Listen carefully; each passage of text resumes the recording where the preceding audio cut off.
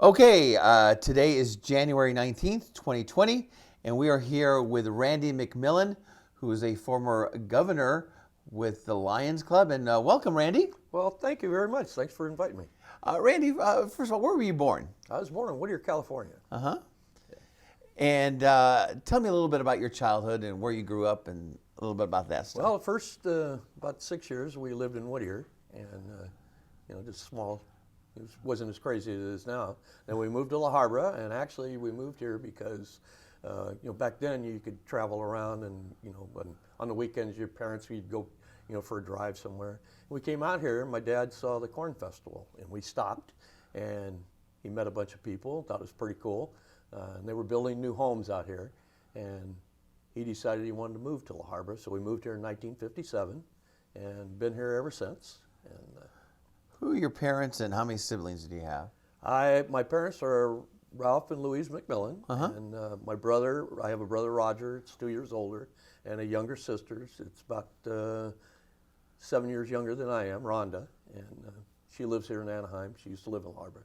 And my brother lives up in Oregon, and since lately, both my parents have passed away, but they were originally from Texas and came out here. What did they do for a living? My dad was a machinist, and then my mother was just a housewife, a homemaker. And when we moved to La Habra, our whole family moved out here. My grandparents moved up the street from us, and my aunt and uncle lived on the next street. It was all a brand new neighborhood. It was all brand new for us, and it was La Habra was back then there was nothing around but orange groves and avocado groves. And So about how old were you back in 57? I was 8 years old. 8 years old, Yeah. huh?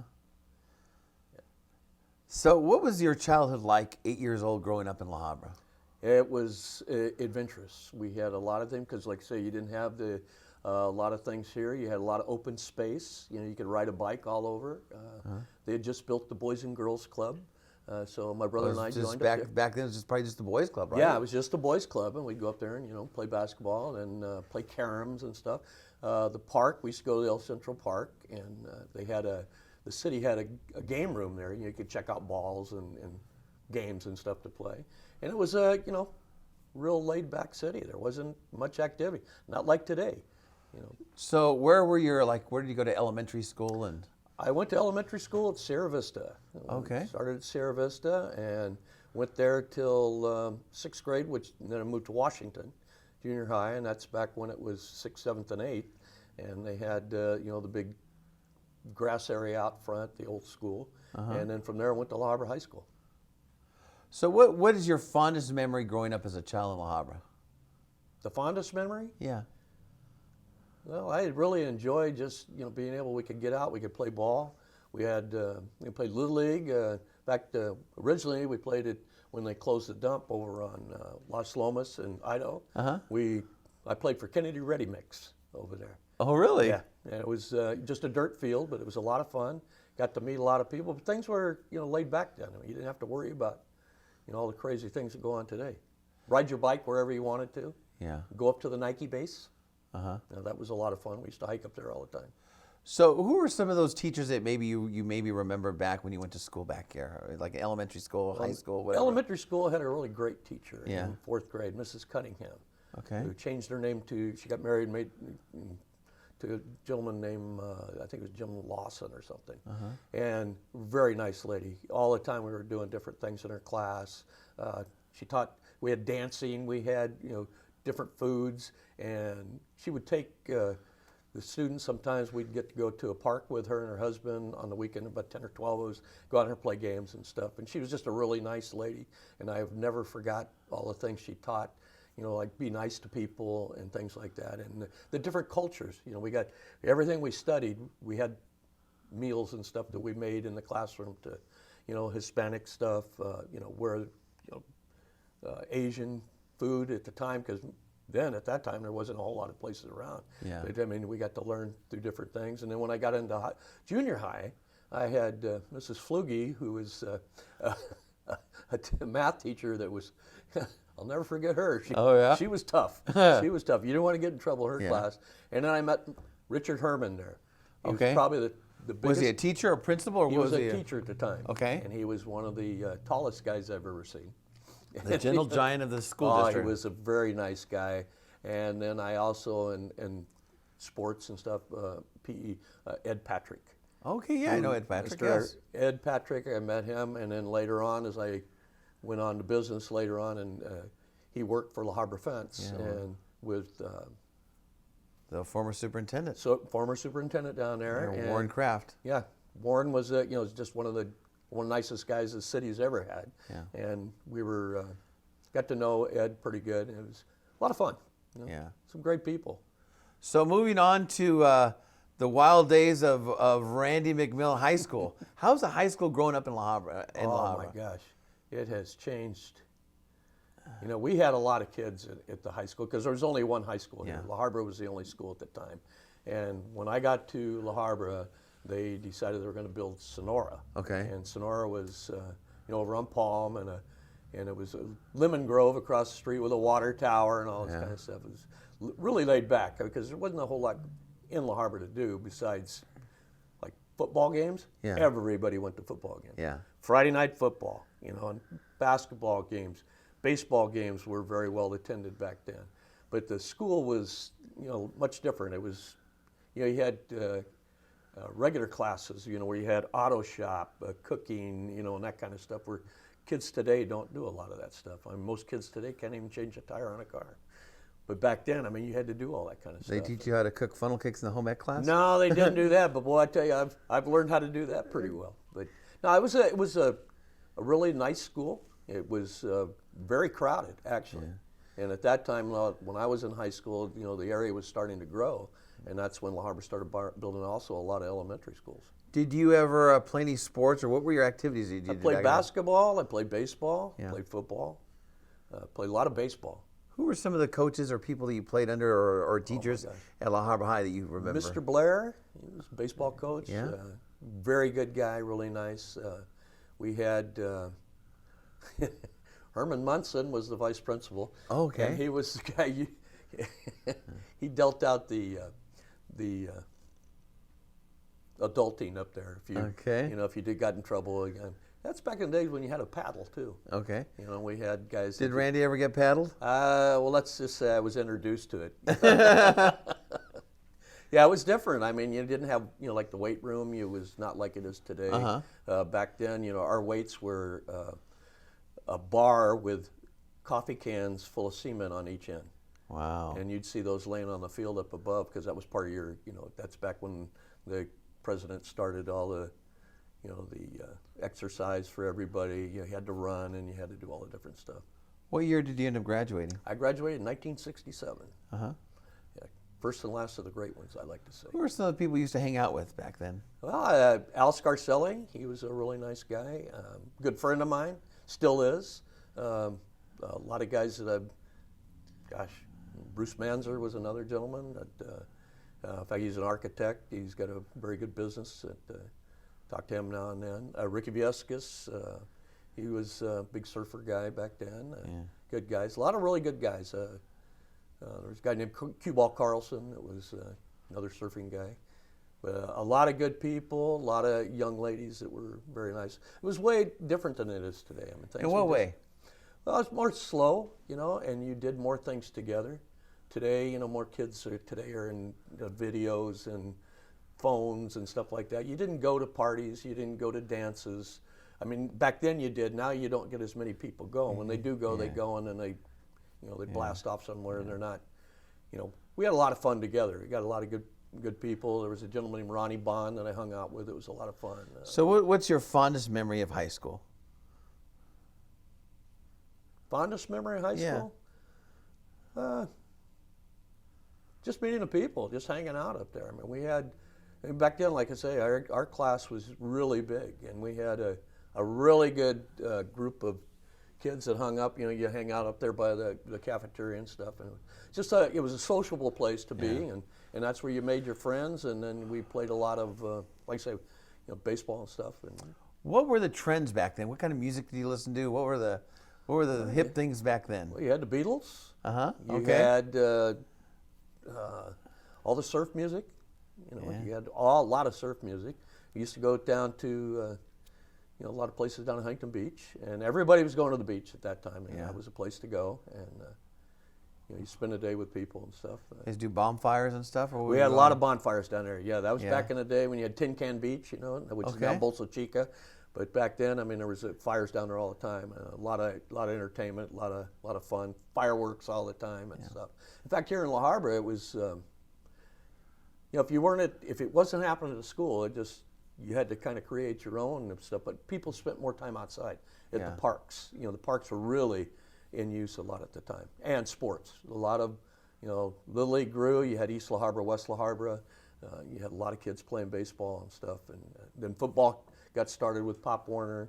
Pop Warner wasn't real big when we were in school, but So after high school, what did your life look like? What did you do after high school? well, after high school, I decided to go to college, and then Where did you go? I was going to Fullerton. Okay. And then I changed my mind because I found out I could make money. So Okay. I went to work in construction. I was working with a guy part-time construction, and I decided to go full-time construction with him. And he was actually a foreman for Amaron over in Brea. And we put in pipes under the highways and stuff and up in the mountains. And I worked for him for a while, making pretty good money, and back then, until the rains came, winter time. And when Yeah. in construction, in winter, you don't make any money Uh-huh. when you don't work. So I said, wow, man, I got to do something. So Yeah. I decided to talk to my dad. My dad worked for a Studi company in Whittier. Uh-huh. And so I went to work, talked to him, got a job there. He helped me get a job there. Went to work for Studi company and stayed with them for 20 years. Okay. And then I had the opportunity to go to work for Master Halco, Okay. which was Master Fence at the time here Yeah. in La Habra. And that's where they started, was in La Habra.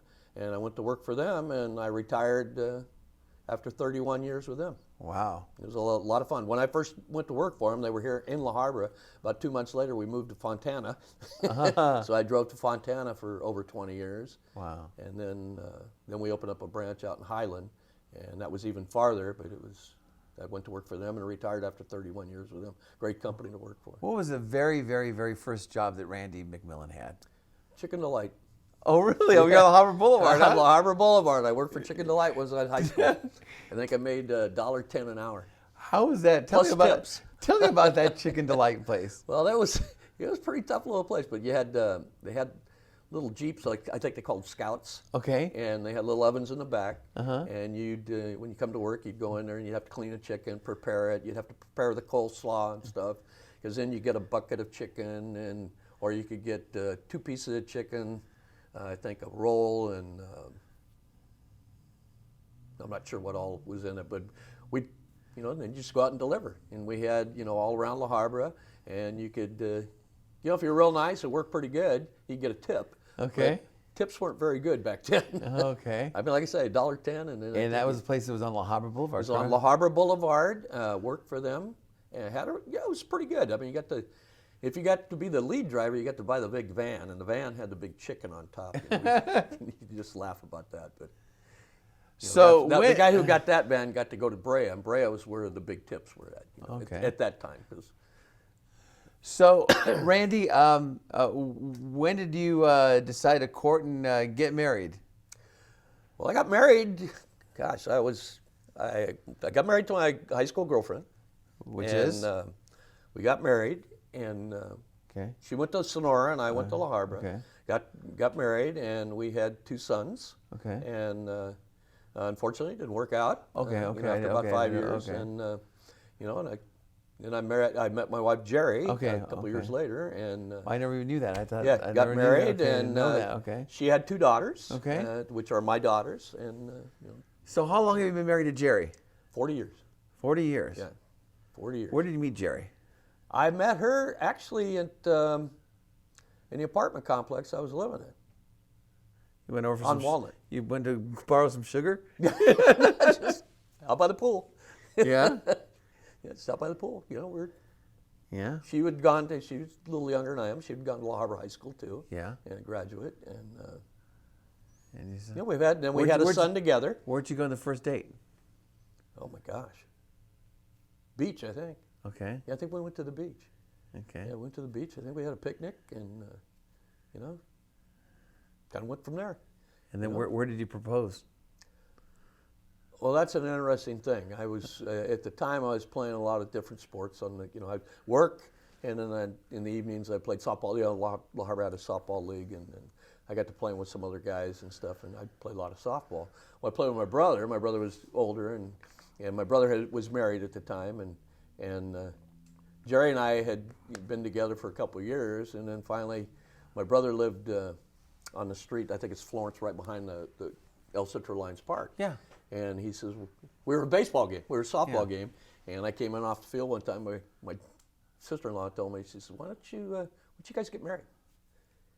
And I go, what? Okay. So we got married, and actually we got married in my brother's backyard. Okay. With the corn festival was going on. You could hear the people in the background, and I went from there, went over to the park. You bought some corn. we had something to eat, and then we went on, took off, and that's kind of like, I've been connected to the corn festival since day one with that. So, well, interesting enough, back in 1957, you said that was kind of your first trip out here to La Habra with your family. So what was that appeal of the corn festival? Take me back to 1957. What did the corn festival look back like? Back then? Back then, it was in the park there, but they had, the corn, when you first come in the park there, where the corn's at now, that's where they cooked the corn. And they had like live animals there, petting zoo, but they had a big canvas tent, a huge tent. Back then, had those big circus tents. And they had inside, they had like hog calling games. There wasn't a whole lot in the park, except for they were selling, they did raffle off a pig. And it was kind of interesting. But all the people, it was a lot more friendly than what it is today. Today, back then everybody talked to each other. Nowadays people, kind of are wary of each other. I don't know, not as friendly as what I look. Back then, La Habra was a very, very small community at that time, very small, but it was more country. Like I said, everything around was groves, orange groves, lemon groves. I tell you, the biggest market in town was Mayfair. Okay. You remember that? That was on Harbor Boulevard, right? Harbor Boulevard and La Habra Boulevard. Later became a pick and save, if I recall. Is that correct? Okay. Yeah. So back then, you're a kid growing up, and you're going to the corn festival. You even got to ride in the parade, huh? How was that experience? It's Is that correct? Am I right? Yeah. Okay. Yeah, I've been in the parade a few times. It's a lot of fun. It's cute, really cool to see the kids. A lot of people come out, and it's old school. It's really nice to see the kids and wave. And it's just like when with Miss La Habra and the girls, when they wave, those little girls get so excited because they want to be a princess or a queen too. And it's really it's a lot of fun. I enjoy it because they get to see a lot of people in the city that at the corn festival you don't normally see during the year. Randy, would you know the history of how the La Habra Host Lions Club got started? Well, the Habra Host Lions Club got started by a group of gentlemen, because mostly the people that were living here were from Midwest. And the Lions Club got started, and they needed to find some kind of a fundraiser. They liked to do entertainment. They used to do square dancing a lot and stuff. So they decided, it was Bill, and I can't remember his last name, came up with the idea, let's have a corn cook. Let's, boil corn and get people to come down, and it kind of started that way. They started as a dance. It was just a community event to get people together and meet the neighbors type thing. And the club was, like I say, looking for money to help do things in the city, because they always wanted to help people out. So that's where it got started. They laid concrete for the basketball court. They used that as a dance floor. Oh, really? For when they were doing corn festival, for their square dancing. And it's kind of grown from that. I think the first year they sold, corn was a dime, I think it was, and they sold about 2,000 ears, and made some money, and were able to start things in the community. They did a lot of things with kids and scouts and things like that. So, how many years now has the corn festival been going? 72 years. 72 years. Yeah, it's our 72nd year. Yeah. What do you think makes the corn festival so popular? Community event. It's based for the community. We have a lot of nonprofits that come there, and that's how they raise money to support their organization during the year. But it's home. It's kind of like a country type thing. It's you get people to come, so that's where they meet their friends, people they went to high school with. things like that. You come out and there's a lot of entertainment in the rides, and it's just more a good feel good deal for the people in the community. When did you become a member of the La Habra Host Lions Club? Oh, geez, I started in the Lions Club 1991, I think it was. Okay. I'd been in the Masonic Lodge for quite a while, and I'd met Chuck Overby. Okay. And I think everybody knows Chuck Overby. He was involved in the Lions and everything. At that time, he was the Corn Festival chairman at the time, and I met him through the Masonic Lodge, and he invited me to dinner one night, and I went from being master of the lodge to coming over and meeting the Lions, and got to know a lot of really cool people. It was a lot of fun. At that particular time, it was only a men's club. There were no ladies in the club, and because they had a Lioness club for them. And I joined and just kind of got involved. It was because you got to see what you're doing with the kids. Yeah. And at that time, the biggest thing was eyeglass program, because we used to do a lot of vision screenings and things locally here in the city, and buying glasses for kids. And gosh, since then it's just really exploded into a fantastic. Back in the days, where did the Lions Club used to meet in the early days? Well, in the early days, they met at Buffum's.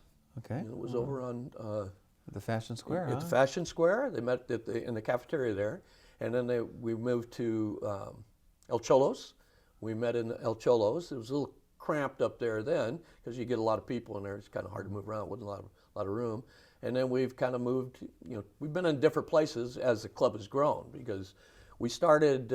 We've been as high as 135 members. Right now we're at 90, and it's tough to kind of corral cats, for that long. I mean, we meet at Westridge Golf Course. We've met at Portofino's. We've met at the Boys and Girls Club. We've been in a lot of different places. It just takes a lot of room, when we get people together. And Westridge has been a really good place for us. Good parking, and we're able to eat up there, and nice setting. Those people who may not know, what does the Lions Club do? Lions Club is the largest service organization in the world. Right now, we're at 1.4 million worldwide, 210 countries, and I think 7 territories. It's men and women that unite together to stamp out blindness. And we started in 1917. Melvin Jones was insurance man in Chicago, and he got together with a business group and decided to form a Lions Club because a group of people can do much more than a single individual. And that's when they started the Lions. In 1925 at the annual convention, Helen Keller was the guest speaker. And she came and gave a really fantastic speech and challenged the Lions to become Knights of the Blind. And that's where the site first came from. And that's been our #1 project worldwide, because 80% of the world's blindness is preventable. It's things that just third world countries is where most of it is. And it's river blindness, things like medicine, things that you can take care of. But we've gone from that to pediatric cancer, environment issues. Diabetes is another big one. We partner up with City of Hope, which is another one. Measles, to eradicate measles with the Bill Gates Foundation. $1, 1 shot. And we promoted that, and we got involved with them. And in the late 90s, we started a Sight First campaign to wipe out river blindness. And since they did that, we had a goal of raising X amount of dollars, and we reached that, and we were able to, in 3 of the third world countries, wipe out river blindness, and still building on it today. I mean, it's a lot of things going on where any youth is one of our leading things, but diabetes is become one of the biggest killers in the world. It's almost getting up there with cancer, and that's one of the things we're promoting now, is to help that and pediatric cancer. And of course, one of the big things you guys were actually really involved with is the Ronald McDonald House, huh? Oh, Ronald McDonald. We do a lot with Ronald McDonald. We go over there, we cook, we donate money, but we also go over there and cook meals for the people that are, have a child in the hospital, and they spend the whole day in the hospital. It's kind of nice for them to come home and not have to come to the Ronald McDonald House and have a place to stay. And we go over there and we'll cook You know, we've done turkeys, prime rib, chicken, and everything. You cook up the meals for enough people there for them to eat, and we just leave it for them. And so, and also too, we also do the Ronald McDonald Walk in April. You know, we have a team, Lions Superheroes, that go down there. We walk, we raise money every year. We raise thousands of dollars of money to help the Ronald McDonald House stay open. Why do you have such a passion to serve in the La Habra Host Lions Club? What is it? Me? Yeah. I just love helping the kids. I mean, there's a lot of people in the world. You know, I'm blessed with good health and and job and that kind of things. And there's a lot of people that that in this day that need things that just can't afford them. And you're helping people. You want people to be able to see. You know how hard it is when you go to a school and a child can't see. And they sit in the back of the room. They don't want to say anything because maybe they come from maybe a single parent house, or maybe they can't afford what it needs to be. Well, it's kind of our job to kind of make these kids. You keep them out of trouble. I mean, a lot of people. If you look at the population of prisons, most of the prison population has eye problems. Maybe if they'd had eyeglasses, or maybe somebody would have given them a hand up, they could have eliminated the problem they got into. I enjoy working with the kids. I mean, we do Little League, we do football, we do Challenger divisions, we do sports, Boy Scouts, Girl Scouts. Every youth group, Boys and Girls Club is La Habra's main charity, Help for Brain Injured Children at HBIC. The Gary Center, the VCC. We do a lot of that stuff. It's to help people. It's the challenge that we have the opportunity as a unit, as a group, to do more in the community than you can as a single individual. To help people get to where they need to be, because everybody at one time or another needs a hand up. For many years, Chuck Overby was kind of the face of the La Habra Host Lions Club, and you have kind of stepped into that role over the years. But what is your fondest memory of all the years that you've been in the Lions Club, looking over those years? My fondest years were the years The years I ran the Corn Festival. Yeah. I ran the Corn Festival for a while, and it's just to see the excitement, the people that come, the enjoyment they have when they come, the kids, and then afterwards when you're able to donate the funds that you get from, because everything we earn from the Corn Festival goes back to the community. All of our fundraising, every dime goes back into the community to help those in need. And when you see a kid put on his glasses for the first time, and when they're able to see something they've never seen before, I guarantee you'll cry. It's that touching. What does the Lions Club mean to you? To me, Yeah. it means just about everything. I enjoy what I do. I love helping people. It makes you feel really good all the time, and it gives you a challenge to help those in need, and that's really what I like to do. I've met a tremendous amount of great people. As governor, I was able to, there's 15 governors in the state of California because we have 15 districts. I was able to travel up and down the state of California and meet people that have been helped by the Lions, and also see how the other clubs, raise money to help those in need. I mean, especially with diabetes. We do the diabetes camps. We do Teresita Pines up by Wrightwood. It's a great place for kids to go and have fun, and take some of the worry that they have, from being at home where maybe they don't have the stuff that they need. Take me back down memory lane, and you've been, of course, involved in the Lions Club for so many years. Who are some of the members, some of the people that you've worked with and been side by side making a difference in the community with? Well, Chuck Overby was the first one. Chuck got me involved.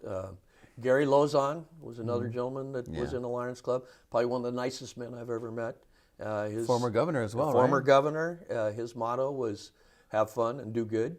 And that's kind of what I've adopted is what he did is you get out and you have fun while you're working. And if you make it fun, people will want to join you and come out. And Gary and Chuck were great guys. I've met Gary Bird was another one. He was the Corn Festival chairman. I followed him.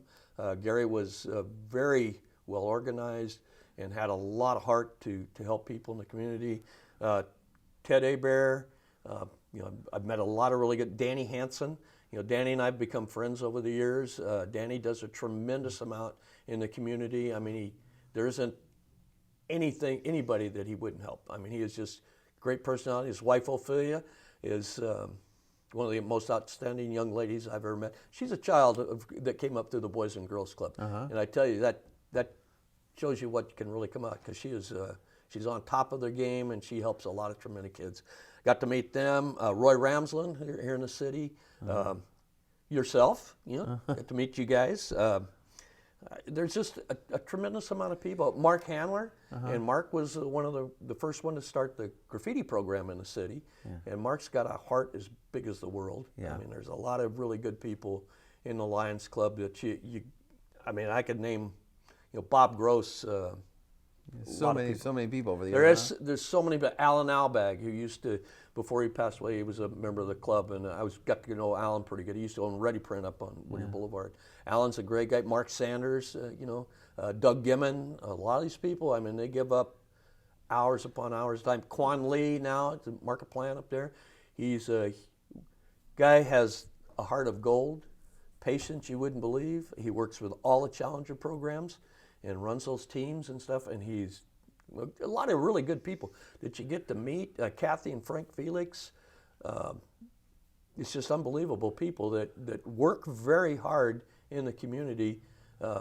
Lorna and Pete Badami, before he passed away, their daughter's involved, Catherine Badami. Now Lauren has given away a lot of blood over the years, huh? Oh yeah, she has become the #1 platelet donor at the City of Hope. She's given more platelets. She's been to the City of Hope 450 times, over 450 times, and you can go every 2 weeks. You can only go 26 times a year. That tells you how long she's been going. Wow. She goes there and donates, and the City of Hope figures that's pretty close to $300,000 in donations if people had to buy the platelets. And I get the impression that the La Habra Lions Club is like a family. It is very much like a family. Everybody, if somebody's not feeling good, we make sure they're taking care of them. I mean, if just because you get together, I mean, it's close friends, because we all have the same interests. We all want to help the same people. Do we argue once in a while? Sure we do. But it's because we have a passion to help people in the community. And that's our #1 goal. I mean, that's my #1 goal. I want to make sure no kid goes without a meal. That to me is, how do you feel if you can't eat? I mean, these kids, how do you feel if you can't see? Things like that. And we want to make sure that they're able to get medical stuff. We want to make sure that they have vision, that they have food, and that they have a good place to live. We do what we call a 4 Saturday work party, which is now run by Marty Matamoros in our club and his wife Patty. Every 4 Saturday we do a project, and we started that out to help veterans. If they can't do their yard or something like that. Seniors, we want to help the seniors.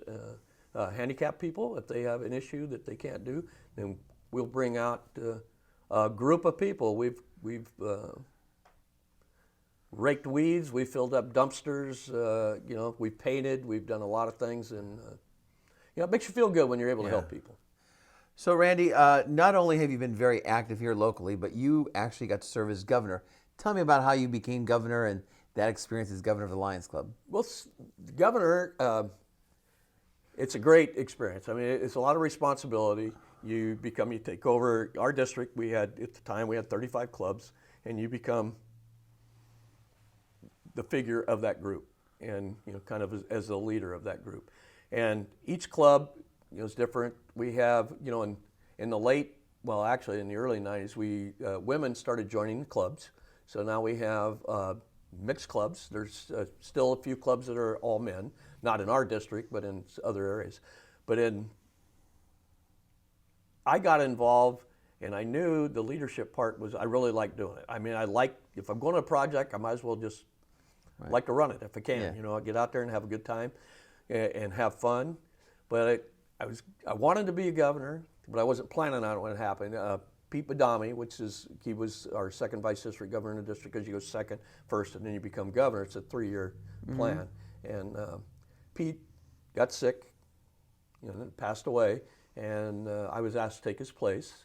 And I wasn't really planning on it, but at that time, I jumped into it. And the backing I got from the people in the district, the other Lions, and just learning, going to other areas of the state and getting leadership from the state, getting leadership from international, because they have great programs where they teach a lot of great programs for us, and to pass that along to the different groups in the district. It was really a passion for mine. I enjoyed it.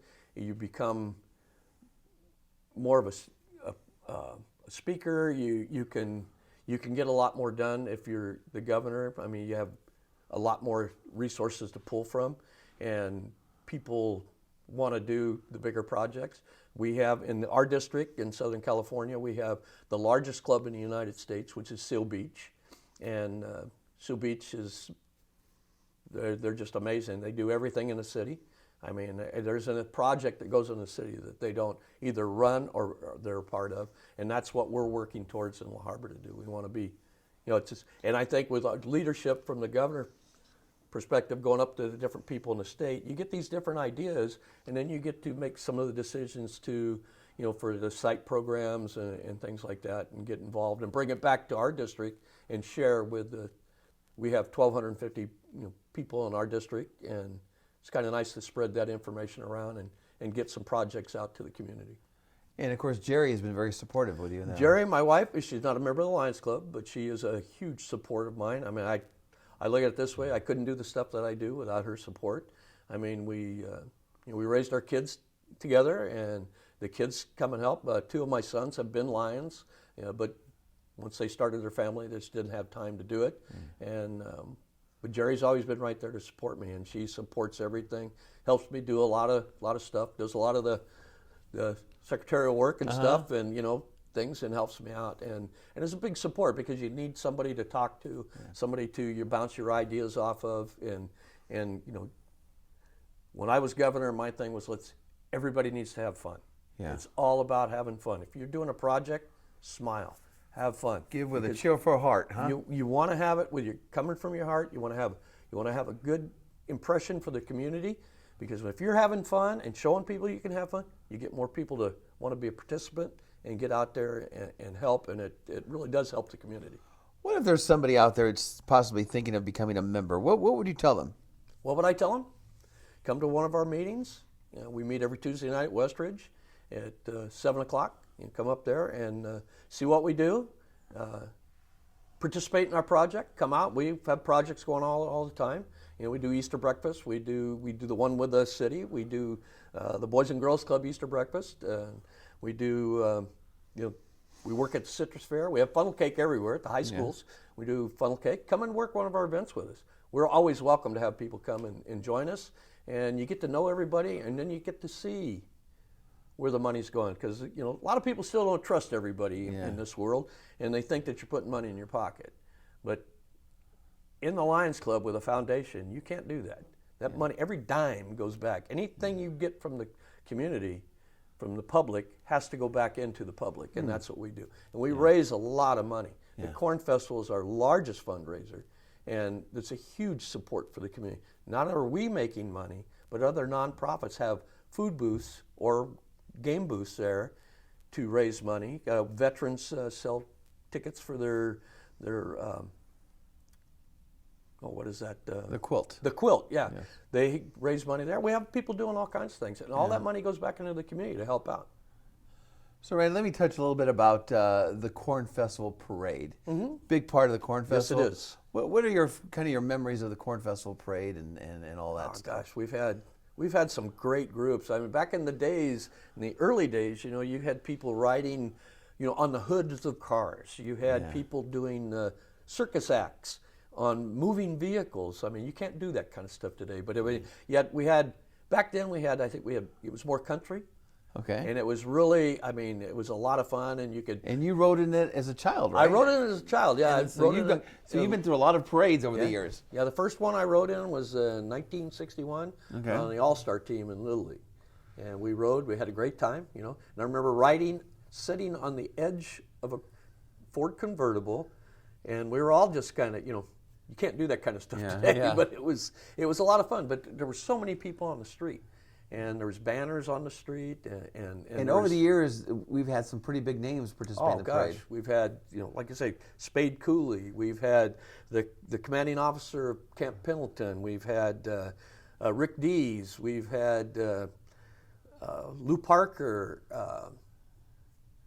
Sheriff John. Sheriff John. We've had a tremendous amount of them. Yeah. People come out, and it's just been, Jerry Mathers, the Beaver, he was at. We've had a couple of Laker players.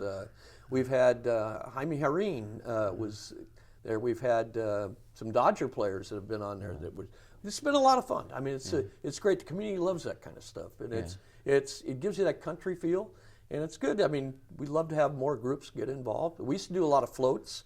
Not too much in floats anymore because people don't want to spend that kind of money. They just rather ride on the car.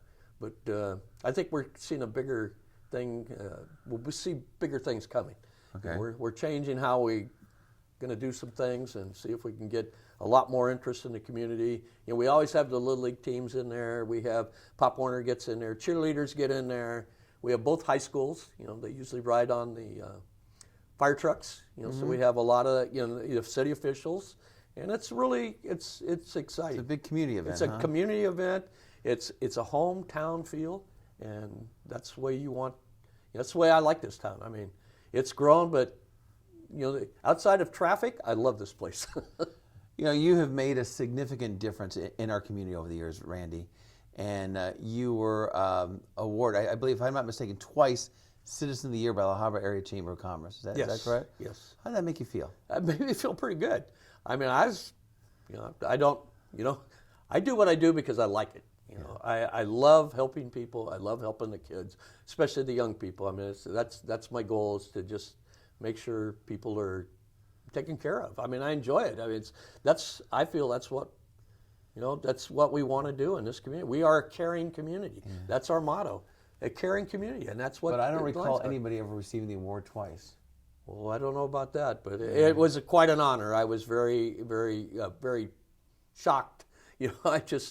I'm just doing what I do. What keeps Randy McMillan going? Where do you get all this energy? Well, there's always another project. There's always something to do. There's always, in this community, it's fun. I mean, it is. It's if you love your community and you want to see great things happen in the community, it's got to start somewhere. And I want to be part of what's going on. I really enjoy what I do. What does La Habra mean to you? It means just about everything. It's hometown. And it's where I grew up. I've lived here, like I say, over 60 years. It's a great place. Seen it develop from the small town group of people. I mean, to orange groves, lemon groves, to the schools growing, the businesses growing.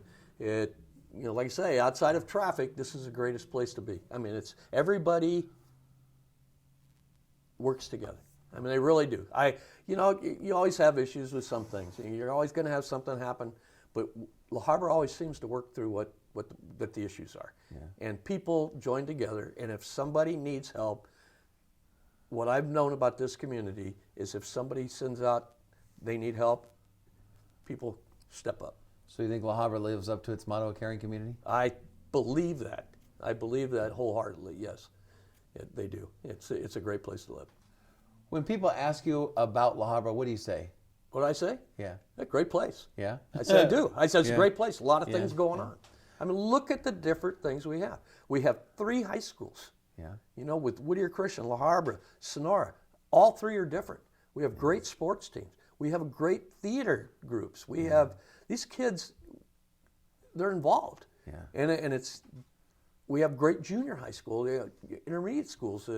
I think we have some of the best teachers in the state of California. Yeah. Because I think everybody in this community really cares about what's going on. Yeah. And we have a lot of people, businesses in La Habra that help the community. Northgate, when they are hugely involved. Yeah.